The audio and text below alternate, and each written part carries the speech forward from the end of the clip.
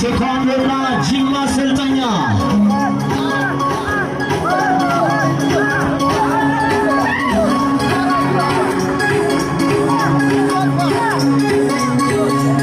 በፈጣን እንቅስቃሴ አላስፈላጊ ውፍረትና ሰውነት ውስጥ የተከማቸን ስብ ለማቃጠል ኤሮቢክስ ልዩ የሰውነት መቀነሻ ስፖርት ነው።